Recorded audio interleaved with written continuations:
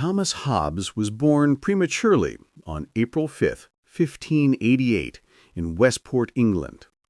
His mother, terrified by news of the approaching Spanish Armada threatening invasion, went into early labor.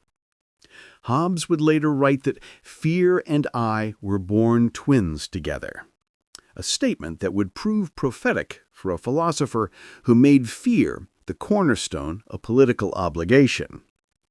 Born into modest circumstances, Hobbes received his education through the patronage of a wealthy uncle who recognized his intellectual gifts. At Oxford, he studied the traditional Aristotelian curriculum, logic, rhetoric, and scholastic philosophy, though he found much of it intellectually stagnant. What truly shaped Hobbes's thinking was what came after Oxford. His position as tutor to the Cavendish family, one of England's most prominent aristocratic houses. This wasn't merely employment, it was intellectual liberation.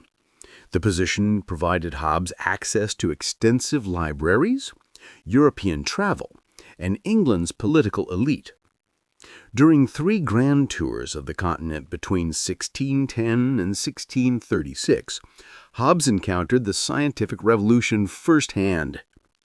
He met Galileo Galilei in Florence, discussed philosophy with René Descartes and Pierre Gassendi in Paris, and witnessed the transformation of natural philosophy through mathematics and empirical observation.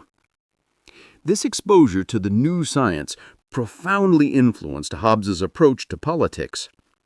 If Galileo could mathematize motion and reduce physical phenomena to matter in motion, governed by natural laws, why couldn't political philosophy achieve similar rigor? Why couldn't human behavior and social organization be analyzed with geometric precision, starting from first principles rather than inherited authority?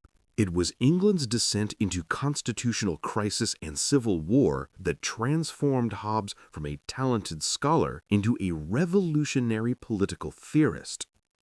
Throughout the 1630s, tensions between King Charles I and Parliament escalated over questions of taxation, religious authority, and sovereign prerogative. In 1642, these tensions exploded into armed conflict. The English Civil War was catastrophic. It wasn't a conflict between nations, but a war within a nation. Indeed, within communities, even families. Royalists fought parliamentarians, Anglicans fought Puritans, neighbors killed neighbors over competing claims about who possessed legitimate authority and on what grounds. Contemporary estimates suggest approximately 200,000 deaths, nearly 4% of England's population, making it proportionally one of the bloodiest conflicts in English history. Hobbes, who harbored royalist sympathies and feared for his safety, fled to France in 1640. He would remain in exile for 11 years, watching from Paris as his homeland tore itself apart. In 1649, the unthinkable occurred. Parliament tried, convicted, and publicly executed King Charles I.